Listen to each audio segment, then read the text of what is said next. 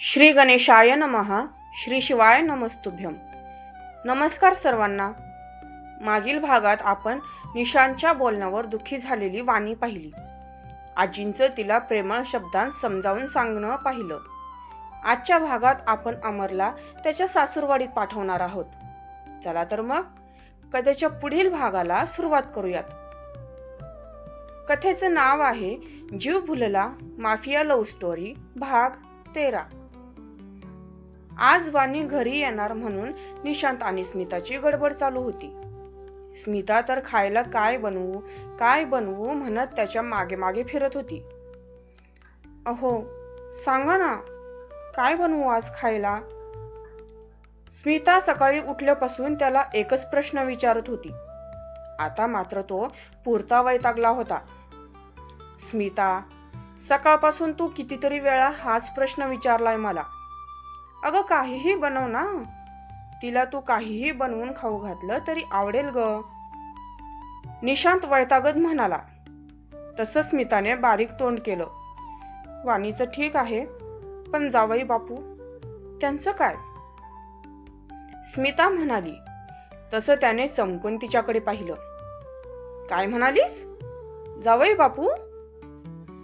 निशांतने आश्चर्याने तिला विचारलं. हो मग तुम्ही वाणीचे मामा ना, मग वाणीच्या नवऱ्याचे तुम्ही मामा सासरे झाले ना, आणि ते तुमचे जावई. स्मिता म्हणाली. हे तर माझ्या लक्षातच नाही आलं ग. मी एवढा मोठा झालो. निशांत खुशीतच म्हणाला. तो आता त्याच्या जिवलग मित्राला जावयाच्या जाग्यावर बघत होता. तसंही तुमच्या काहीच लवकर लक्षात येत नाही. बॉयफ्रेंड होतात तेव्हा तर मीही जास्त लक्षात नव्हते तुमच्या. असं लटक्या रागात म्हणत स्मिता किचनमध्ये निघून गेली. निशांतही हसत तिच्या मागे किचनमध्ये गेला. ती जेवणाची तयारी करत होती तर तो मध्ये लुडबुड. वाणी सकाळी लवकरच उठली होती. तिचे कपडे तिच्याजवळ नव्हते, म्हणून आजीने आपल्या सुनेच्या आठवणी म्हणून ठेवलेल्या साड्यांपैकी एक साडी तिला काढून दिली. हिरव्या रंगाच्या सिल्की प्लेन साडीत तिचा गोरा रंग फार उठून दिसत होता. लांब सडक केस मोकळे सोडलेले होते. कपाळावर लाल रंगाची छोटीशी टिकली लावलेली होती. गळ्यात काल अमरने घातलेलं नाजूकसं मंगळसूत्र आणि भांगेत कुंकू. कितीतरी वेळ ती आरशातून स्वतःलाच निहाळत होती. आपल्या पहिल्या लग्नानंतर आपण असंच छानपैकी तयार होत जाऊ अशी स्वप्ने तिने उराशी बाळगलेली होती. पण त्यावेळी ती इच्छा पूर्ण झालीच नव्हती. नंतरही हा दिवस बघायला भेटेल तिला अजिबात वाटलं नव्हतं. ती एकटक स्वतःला बघत असतानाच बाहेर गेलेल्या आजी आत आल्या. असं एकटक बघू नकोस माझ्या नातसुनेला, नजर लागेल ना तिला, असं म्हणत आजी आत आल्या. त्या सरशी ती भानावर आली आणि त्यांच्याकडे बघितलं. तशी ती डोळे आणि तोंड मोठं करून बघू लागली, कारण तिथे अमर उभा होता आणि त्याच्या मागे आजी. वरचं वाक्य आजी त्यालाच म्हटल्या होत्या. वाणी स्वतःला बघण्यात इतकी हरकून गेली होती की तो कधी आत आला तिला कळालंच नव्हतं. आजीच्या आवाजाने तो ठिकाणावर आला होता, कारण साहेब एकटक तिचं सुंदर मोहक रूप बघत उभे होते. ते आजी मी त्याची ततपप सुरू झाली होती. तेवढ्यात आजी हसू लागल्या.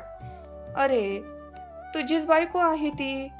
तिला एवढं सुंदर सस्ताना तू नाही बघणार तर मग कोण बघणार? आजी हसत म्हणाल्या. तसा त्याने हसतच स्वतःच्या केसांतून हात फिरवला. वाणीला मात्र ते आवडलेलं नव्हतं. अमरच्या नावाने चिडवलेलं किंवा त्याला तिच्या नावाने चिडवलेलं तिला आवडणार नव्हतं. तुझं आवरलं का अमर? आजींनी त्याला विचारलं. हो आवरलं. वाणीचं बघायला आलो होतो. लवकर जाऊ तर लवकर येऊ, अमर म्हणाला आणि वाणीचे डोळे मोठे झाले. म्हणजे हे पण येणार आहेत सोबत? वाणीने स्वतःच्या मनालाच प्रश्न विचारला. तसा तिने एक आवंडा गिळला. आजी, मी जाऊन येते ना, यानं कशाला उगीच त्रास, वाणी म्हणाली. पण तिच्या बोलण्याचा त्याला राग आला. ती त्याच्याकडे बघण्याचंही टाळत होती. मी बाहेर थांबतोय, पटकन आवरून बाहेर ये, तो त्याच्या करड्या आवाजात म्हणाला. तशी वाणी आणखीच घाबरली. तो जोपर्यंत शांत होता तोपर्यंत चांगलं, पण एकदा का त्याला राग आला की मग तो कोणाचंही ऐकत नाही. तो बाहेर निघून गेला. जा बाळा पटकन, बॉम्ब फुटायला उशीर नाही लागणार, आजी तिच्या कानामागे काळा टिका लावत म्हणाल्या. तशी ती कशीनुशी हसत आजींच्या पाया पडून निघून गेली. अमर बाहेर गाडीजवळच उभा होता. मगाशी वाणीच्या बोलण्याचा राग अजून गेलाच नव्हता. हिचा प्रॉब्लेम काय आहे काय माहीत. जेव्हा बघावं तेव्हा मला दूर ठेवण्याचा प्रयत्न करत असते. खाणार नाहीये मी तिला, एकटी जाती म्हणे. तो मित्तल तर आता अजूनच पेटलेला असेल. आतापर्यंत तर आमच्या लग्नाची बातमी त्याच्यापर्यंत पोहोचलेली असेल. कधी, कुठून आणि कसा वार करेल कळणार पण नाही. त्यात ही पण अशी वागते. अमर विचारतच होता की ती त्याच्यासमोर येऊन उभी राहिली. तसा तो भानावर आला. तो काहीही न बोलता गाडीत जाऊन बसला. तशी तीही त्याच्या शेजारच्या सीटवर जाऊन बसली. बसतानाही ती अंग चोरून बसली होती.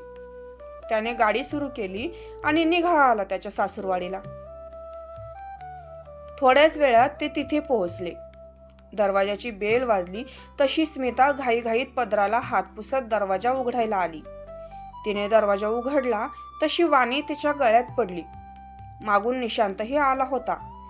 ती त्याच्याजवळ गेली आणि त्यालाही मिठी मारली. मला माफ करा मामा, मी काल तुमच्याशी खूप वाईट वागले. मी तसं बोलायला नको होतं. इथून पुढे अशी चूक होणार नाही मामा, वाणी रडत म्हणाली. तसा निशांतने तिला बाजूला केलं आणि तिचा चेहरा आपल्या हातांच्या ओंजळीत धरला. बास बास कर, किती रडतेस? कालपासून नुसती रडतेस तू. त्रास होईल अशाने. चल ये आत, बसून बोलू. निशांत तिला आत घेऊन गेला आणि सोफ्यावर बसवलं. अमरला तर तो पारच विसरून गेला होता. त्याला आपण असल्याची जाणीव करून द्यावी म्हणून अमरही त्याच्या शेजारी जाऊन बसला. मग जावई बापू, कसं वाटतंय पहिल्यांदाच सासूरवाडीत येऊन? निशांत त्याची खेचत म्हणाला. तसा अमर हसला. त्याला आवडलं होतं असं चिडवलेलं. तो काही बोलणार इतक्यात त्याचा फोन वाजला. येस मिस्टर पारखी. हो येईन ना. हो का नाही? येईन मी नक्की. हो हो बाय. बोलून त्याने फोन ठेवून दिला. काय रे, कुणाचा फोन होता? निशांतने त्याच्याकडे बघत विचारलं. काही नाही, ओळखीतल्या एकाचा फोन होता. उद्या त्यांची ॲनिव्हर्सरी पार्टी आहे, सो या म्हणत होते, अमरने सांगितलं. ओके. निशांत अजून काही बोलणार त्याआधी स्मिता बोलू लागली. बाकीच्या गप्पा नंतर मारा, चला आता जेवण करून घेऊ. स्मिता म्हणाली. चला अमरराव, तुमच्या सासूबाई जेवायला बोलावत आहेत. निशांत हसून म्हणाला. तसे सगळे हसू लागले, पण वाणी एकदम शांत बसून होती. मग सर्वजण जेवायला गेले. जेवण करून थोडा वेळ गप्पा मारून वाणीने तिचं सामान पॅक केलं. मग अमर आणि वाणी पुन्हा माघारी फिरले. हो हो चालेल. हो येईन ना मी. हो ठेवतो फोन, म्हणत मित्तलने फोन ठेवून दिला.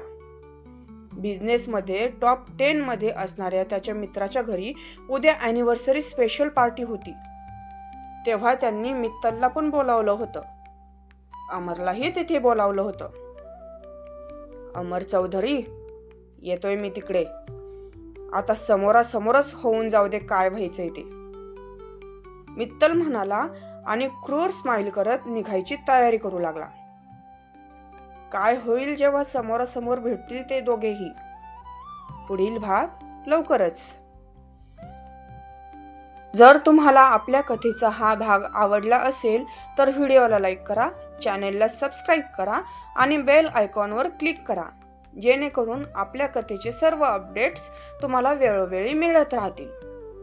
धन्यवाद.